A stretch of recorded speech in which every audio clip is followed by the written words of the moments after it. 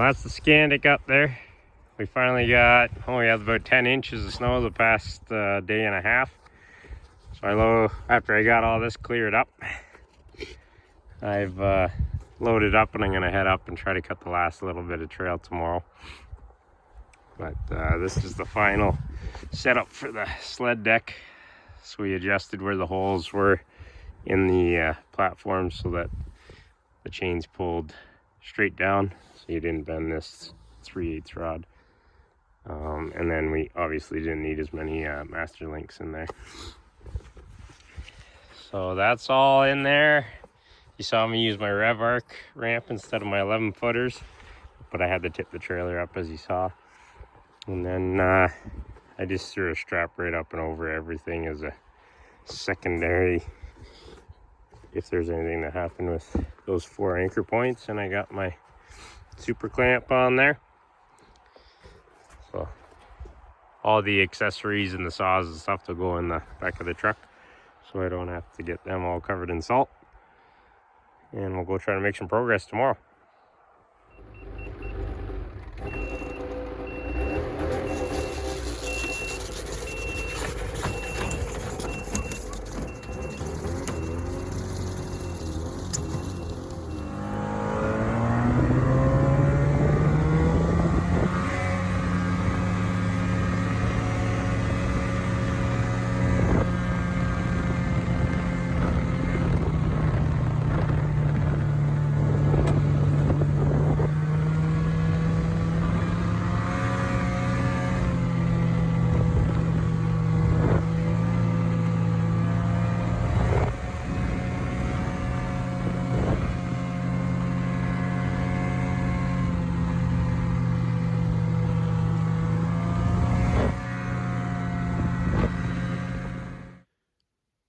Well, they got just as much or more snow up here, and it was real heavy wet stuff and then froze, and we got everything behind me all curled over.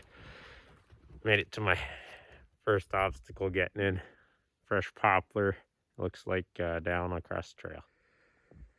So we got the 441 loaded, got a new toy.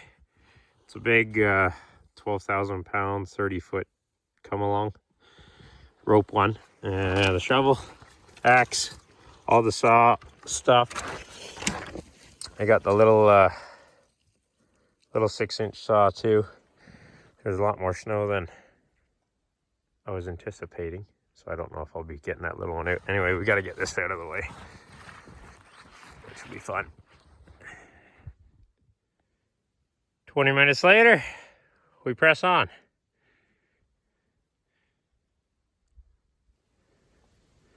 It's taken an hour to get halfway in by snowmobile because all the lean over I've had to deal with. So basically, I got 50 yards through there to avoid. Our trail goes up and down that hill, and then there's the hairpin. So we got to connect this 50 yards, and the route will be significantly better this year for hauling in more material. But I'm going to get covered in snow with all the snow in these trees. Well, let's get at her. It's not going to be a very wide trail, but I got 20 yards done. I got a couple big rounds in here. They're already froze to the ground, so I'm probably just going to have to shovel snow on them. And I'm going to try to, there's one right there. I'm going to try to get it with the big saw. Might bust out the winch and try it. But we're just going to have some leftover homemade pizza for lunch right now, and then get back at it. I probably won't even make it to the other 2 spots I wanted to touch up to make a little bit more straight for hauling in material.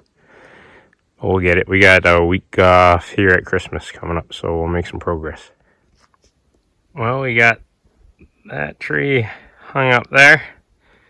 So I was thinking about backing the Scandic in and using my stretchy rope there at the bottom of the frame, the kinetic one, but got a new toy, gonna try this out. I know it's slower, but thought I'd give it a use. So this is my new winch. It's rated for 6,000 pounds deadlift and 12,000 pounds pulling power, but that's with doubled up, obviously, with the snatch block. We don't need that much force, so we're just going to do single line. See how this thing works.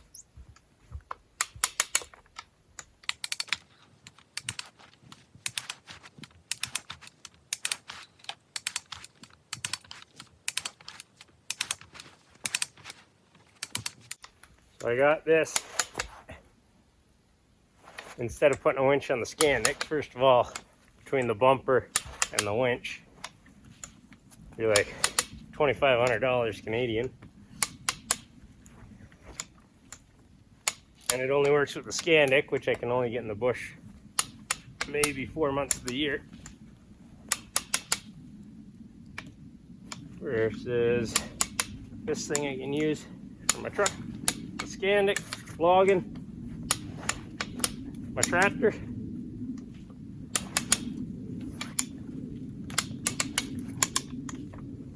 Because when I come up to the property, I put my truck in a precarious spot and no one will come and tow me, so I always carry shovel, sand, and salt. And now I have this.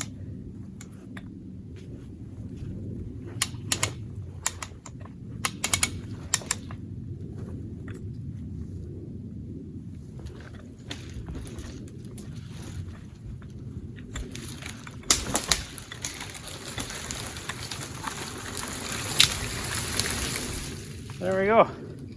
Now I get that out of the way and cut off that stump. Nice to know it works. I gotta get wound back in now, which is also time consuming. And you can only pull at half the speed with the snatch block. But no one's coming to get me back in here, so I gotta have the tools to get myself out of a bind. Probably could have. This is a bit of an uphill and backing the Skandic up 150 feet uphill on a brand new trail with loose snow. I didn't think it was going to go very smooth, and I wanted to try that. But it would have went quicker had I been able to get this led up here. Anyway, we're gonna, I don't know, you got that big tree right there. Hopefully it's in frame. Got a few little things in front of it, and then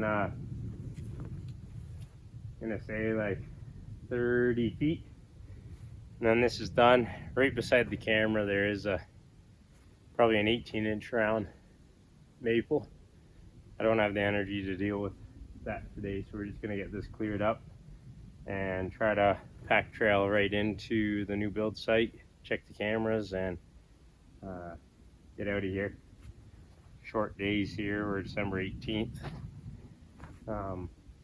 Get home to the doggies. They're locked up in the pen, so Michelle and I made it to there last time we were cutting, and I got from here down done. This is what I used most of the day. I have one bar left out of that XC 4 amp hour battery. I love this little thing. I just saw that Milwaukee's got an 8-inch version and an M18, which would be pretty handy as well. I don't have many M18 things. But I do have, I've only had these tools less than 2 years, and I have two 6-amp hour batteries that went bad on me. Which is unfortunate. They're 130 bucks here.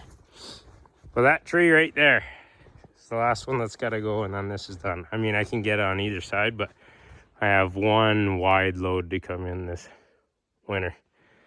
So it's got to go. So we're just going to pack up all this stuff. I don't have time to make it into the build site, so we're just gonna load up the Skandic. It's facing that way already, so we're gonna go the old way and come back down this way. And that'll have to do till I get on some holidays in between Christmas and New Year's. So the batteries ride in the front of the truck where it's warm on the way here, and then they ride in here, and I just throw a tube on top. So up there that compartment gets all the engine heat on the way in. And we're only -2 today. Now, it was -9 this morning, but... So, for anyone thinking it's the cold that's killing the batteries, those, my old... I have 3 6-amp-hour batteries. And my oldest one is the only one still working. The 2 newest ones that I'm pretty sure I bought within a year and a half are no good. I have 2 4-amp-hours that work just fine.